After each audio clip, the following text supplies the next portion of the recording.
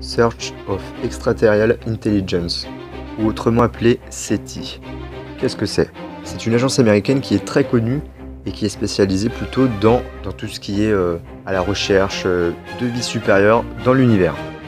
Le SETI possède ses propres records et nous allons en voir quelques-uns maintenant.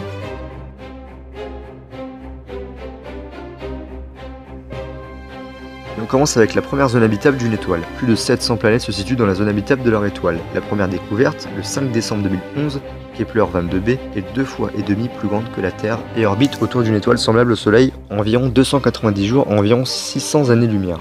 Si elle a un effet de serre comme la Terre, la température de surface pourrait être de 22 degrés. On enchaîne avec le premier envoi d'un message physique dans l'espace lointain. Lancée le 3 mars 1972, et beaucoup d'entre vous le savent, la sonde Pioneer 10 de la NASA porte une plaque en aluminium renforcée par de l'or représentant un homme, une femme et la sonde à la même échelle, ainsi qu'une carte du système solaire et l'emplacement du Soleil par rapport à des pulsars de notre galaxie. Sa mission, le premier survol de Jupiter réalisé le 3 décembre 1973. Le plus ancien signal extrasolaire non expliqué.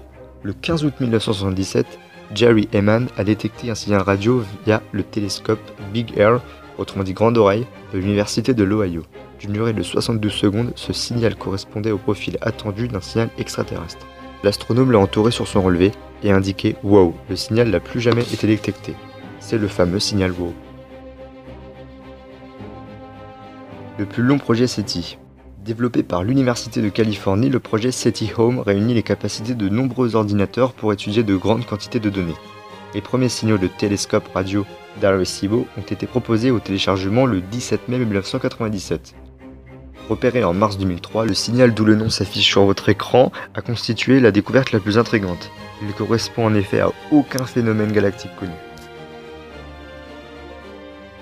On enchaîne avec le signal radio le plus puissant vers l'espace. Le 16 novembre 1974, le télescope radio d'Arecibo, à Porto Rico, a envoyé un message radio de 169 secondes contenant des informations sur l'humanité, vers l'amas globulaire M13 dans la constellation d'Hercule.